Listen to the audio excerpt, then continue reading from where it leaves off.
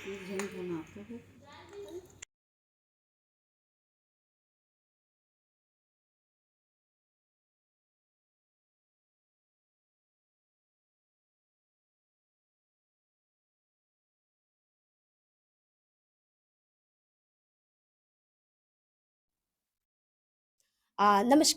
मैं Sangeeta Sahu SNT news में आपका स्वागत है। आज हम एक मुलाकात में भीम आर्मी के मनोज बंजारी जी से मुलाकात कराने जा रहे हैं, जो प्रदेश के सह प्रभारी जी हैं। सर आपका सभी साथियों को नमस्ते और जय हिंद। मेरा नाम मनोज कुमार बंजारे है। मैं भीम आर्मी भारत एकता मिशन से छत्तीसगढ़ प्रदेश सह प्रभारी हूँ। सर आपके भीम आर्मी का मूल उद्देश्य क्या है आपका? देखिए, भीम आर्मी का मूल उद्देश्य जो जिस तरह से भारत में हमारे संविधान जो व्यवस्था है, तो उन संवैधानिक व्यवस्थाओं की जो मूल व्यवस्था है उनके अनुरूप चलने का है। और हमने जिस तरह से देखा है पूरे राष्ट्र में संविधान की जो संवैधानिक व्यवस्था है उनके अनुरूप न तो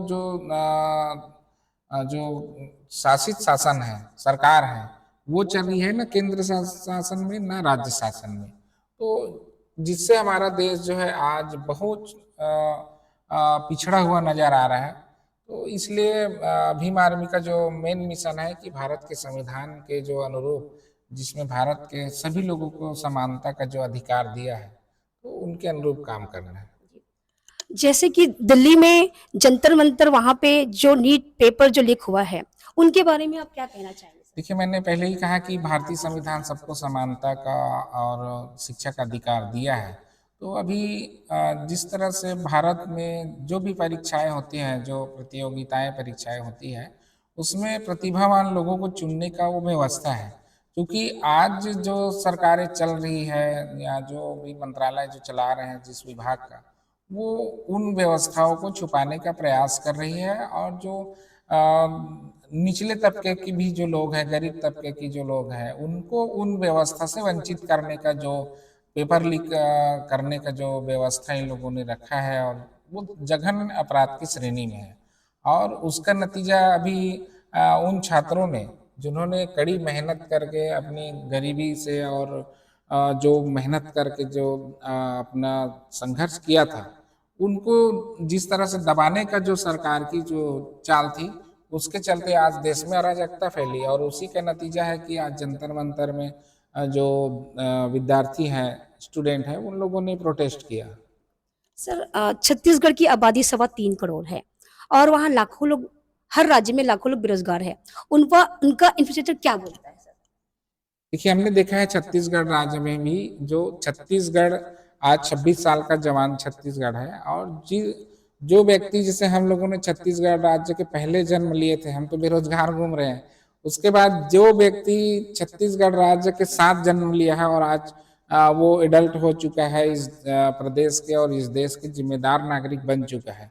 लेकिन आज वो जो है इस राज्य में जिस तरह से भारतीय जनता पार्टी की सरकार चली और कुछ दिन कांग्रेस की भी सरकार चली, जिनके नीति जो है, नीतियां की कमी के चलते आज हमारे छत्तीसगढ़ प्रदेश में लगभग 30 लाख जो युवा बेरोजगार है। और जिस राज्य में अगर 30 लाख, 3 करोड़ की जनसंख्या में अगर 30 लाख युवा बेरोजगार है, तो उस राज्य का इंफ्रास्ट्रक्चर आप समझ कर देख लीजिए। क्योंकि अगर कोई आदमी उस राज्य के लिए काम ही नहीं करेगा, सेवा ही नहीं देगा, तो फिर वो राज्य कैसे उन्नति की ओर जाएगा।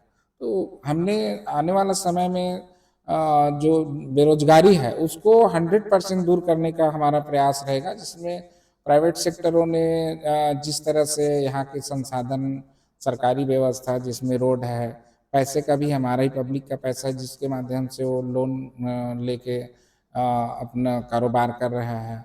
और प्राइवेट लिमिटेडों में जो मानव श्रम का जो श्रेणी है और उनका जो कैटेगरी है, उसको वो कंप्लीट नहीं किया जा रहा है। जो ये भी जो है ना बेरोजगारी का बहुत बड़ा कारण है। क्योंकि सरकार जो है अपनी सरकारी नौकरियां तो स्थापित कर ही नहीं पा रहा है। और जो भी इस प्रदेश का संसाधन है जो प्राइवेट सेक्टर द्वारा चलाया जा रहा है, तो उसमें भी इनको इन्वॉल्व नहीं किया जा रहा है। इसलिए बेरोजगारी जो है दिन ब दिन बढ़ते जा रहा है। और छत्तीसगढ़ में बेरोजगारी की जो अगर हम बात करें युवा, तो लगभग लगभग यूं कहे कि 90% युवा जो है यहाँ बेरोजगार है। सर आरक्षण को लेके क्या कहेंगे आप? देखिए आज 80 साल के दशक में हम आरक्षण की बात जिस तरह से लोग जो है बार्गेनिंग करता है वो बिल्कुल गलत है। आरक्षण विविधता का एक स्वरूप है।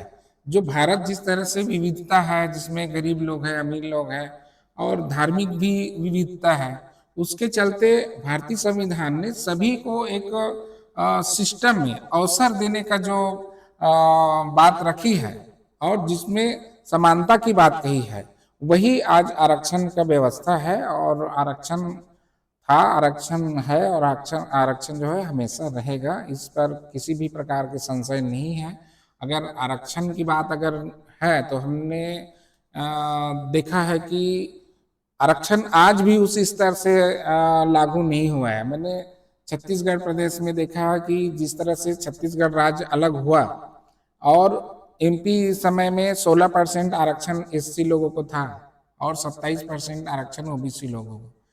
आज जिस तरह से 16% में 90 विधानसभा में एससी को 14 से 15 सीटें मिलना चाहिए, लेकिन जो बंटवारा में जितना ही मिले है 10 सीट, वही उसी को उन लोगों ने एक बेस बना लिया है। उसी तरह लोकसभा सदस्य भी 3 सीटें कम से कम होना चाहिए एससी रिजर्वेशन में, तो आज एक ही सीट में उनको दिया है। तो ये आरक्षण जिस तरह से अभी प्रधानमंत्री जी ने दिमागी नक्सलियों की जो बात कही है, दिमागी नक्सल, तो ये जो दिमागी नक्सल से भारत की जो पूरा व्यवस्था है, संवैधानिक व्यवस्था है, वो चरमरा सा गया है। तो इस पर बहुत लंबे स्तर से और ऊंचे स्तर से काम करने की आवश्यकता है। Thank you sir. हमको सर ने बहुत अच्छी से जानकारी दी है जो अपने भीम आर्मी का जो उद्देश्य था शिक्षा के बारे में, तो उन्होंने बेहतरीन तरीके से हमको जवाब दिया। आप बने रहिए एसएनटी न्यूज़ के साथ में। मैं संगीता साहू।